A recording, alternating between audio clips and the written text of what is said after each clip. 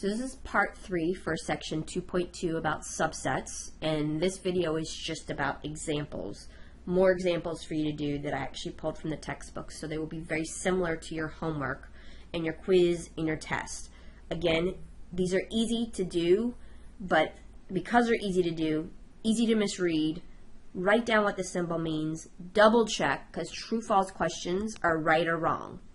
So number 1, we're talking about, again, in this case, I actually suggest try to do all of these and then listen to me. But make sure you do listen to me, because I've been noticing from some of the lecture notes that some of y'all are just doing them yourself and you're not adding anything extra to it when you listen to me. Make sure you add those, because I generally write down and say stuff that I know people tend to make mistakes on. So number 1, first thing we need to know, again, this is a subset. So that means it has to be a set in a set. So if that should be your first thing you should check. That works. Subset means everything in the first has to be in the second. Salt is in the second, but pepper is not, so it's false. False. Pepper, the reason why, pepper is not in my second set. Number 2, this is my proper subset. Means everything in the first has to be in the second, but they cannot exactly match. So polar bear is to polar bear. Tiger is to tiger. Lion is to lion. There is an extra piece over here, so this is a true answer. Going to number 3, this is, again, my proper subset. So it has to be a set in a set, which it is. Do what I'm doing right here. I think this actually helps sometimes. C goes with C, A goes with A, R goes with R, T goes with T. They exactly match. These are equal. So this is false because they match. Proper subset means they cannot be the same set. Going to number 4. This is my element symbol. Element symbol means it has to be a member, which are separated by commas, and a set.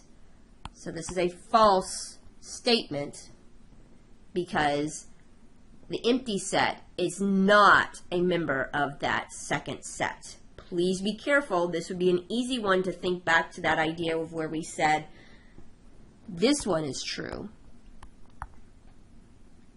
of any set. That's true, but that's a subset symbol. This was an element symbol. Number 5, that's my subset symbol. This is empty set and empty set. Because it's a subset, it can match. They can be equal. So my answer there is true. Going to number 6, this is my element symbol. And the mistake some people make is they think, oh, it can't be a set on the left.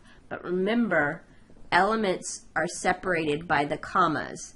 So in this case, the set 1 is an element, the set 2 is an element, the set 3 is an element. So this would be a true statement. So again, I threw this in here just to remind you that yes, we generally say it needs to be an element in a set, but in this case, these sets were the elements for this problem. All right, let's look at number 7.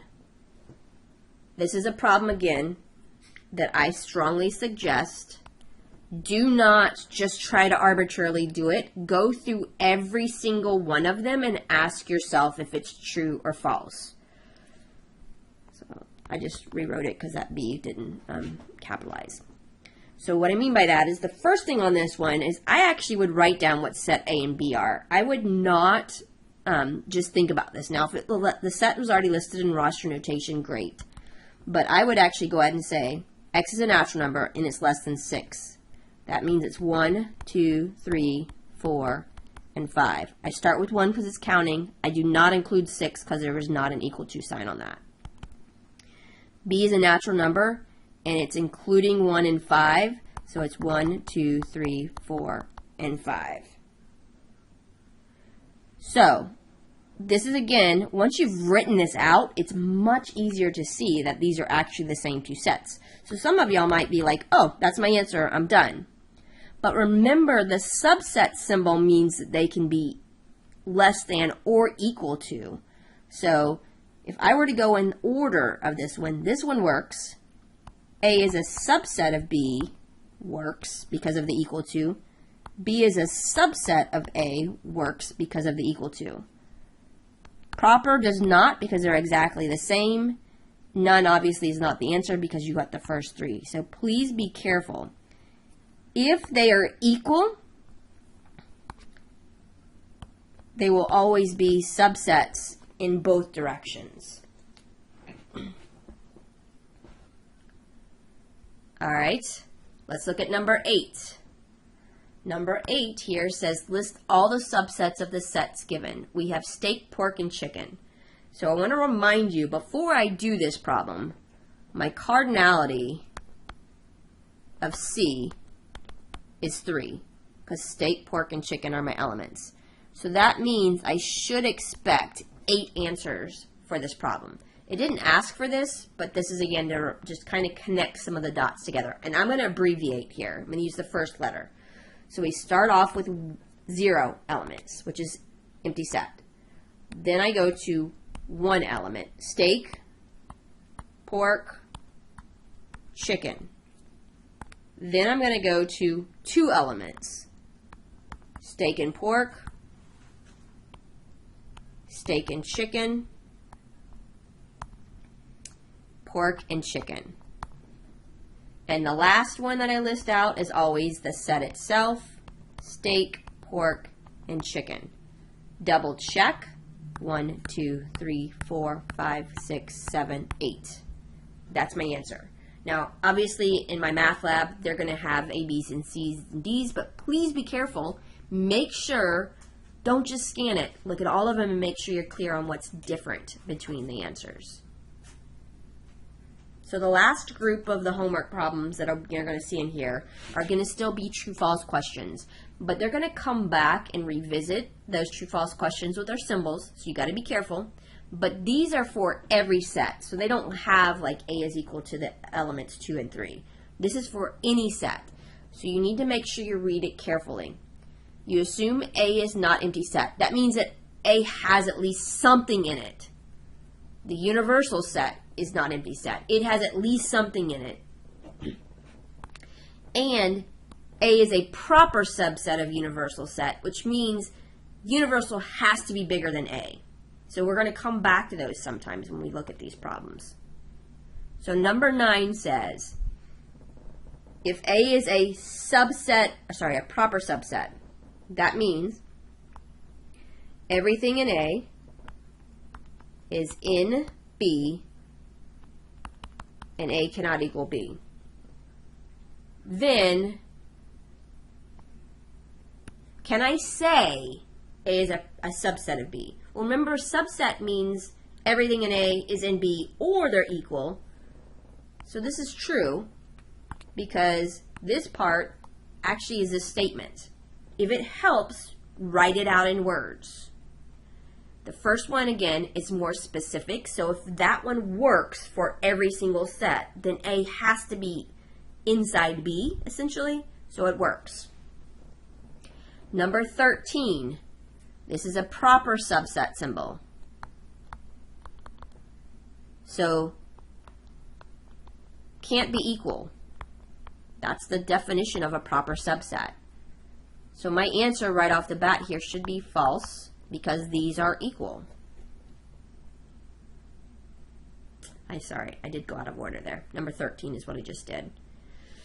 Going to number 10 is actually the same idea, so I guess we'll actually go back to that piece. It's the same thing. This is a proper subset symbol. So they can't be equal. So my answer here is false. I could use the subset symbol for number 10. I cannot use the proper subset symbol.